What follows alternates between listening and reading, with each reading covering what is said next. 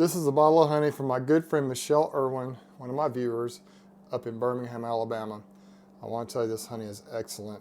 I've had this honey since early last summer. I think Michelle told me it was from her very first harvest ever from her bees.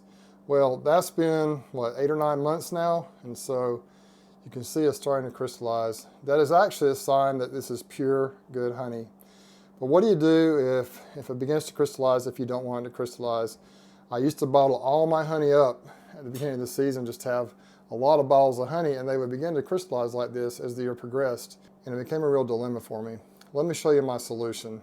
The number one thing that we do to keep our honey from crystallizing in the bottles is we wait to bottle it up until we're going to sell it or need to use it for whatever purpose. And so we have this Maxim bottling tank right here.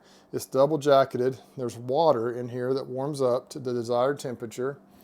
And we just kind of put the honey in here out of 5-gallon buckets, and we make sure it's decrystallized. You can see the wax on the top of the honey there. That's just a sign that it's pure honey.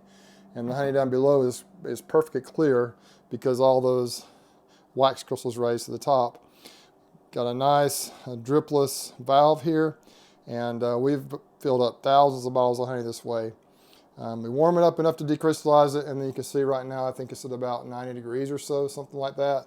That's a really nice temperature to bottle it up, but it's not too hot. Everyone doesn't have a bottling tank like this, so let me go show you another solution.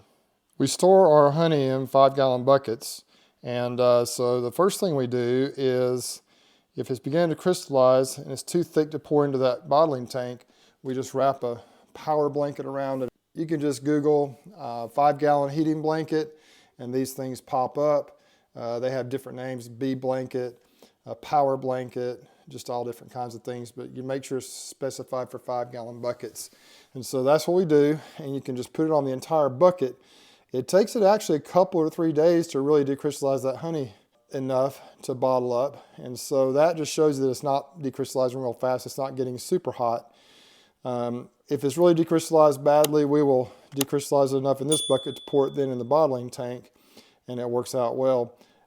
We bottled up hundreds, if not thousands, of bottles of honey, just decrystallizing it like this, and then putting it in a bucket that had a gate on it, and then bottling it up that way.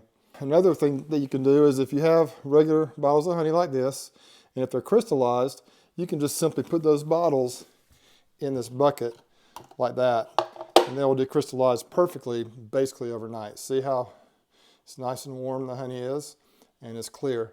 And so that's one thing you can do. One little tip though, if you're using the power blanket, is it's best if you raise this bucket up off the ground just a little bit, maybe set it up on a rack of some kind. It seems to decrystallize better. If it's on the floor, sometimes there'll be an inch in the bottom of the bucket that doesn't decrystallize very well. You can just stir it up or whatever you want to do, but I've just found it works better if you raise it up a little bit. So that's just a quick little idea for you to decrystallize honey in an easy and affordable way. You can find these power blankets online. They are a little pricey, but if you get one, you won't regret it. I think I've used this thing probably for, I don't know, 6 or 7 years or more, and it's worked out well. Lots of honey's been decrystallized with this thing. It's really a powerful and an effective tool. Y'all take care, be safe, and we'll catch you on the next one.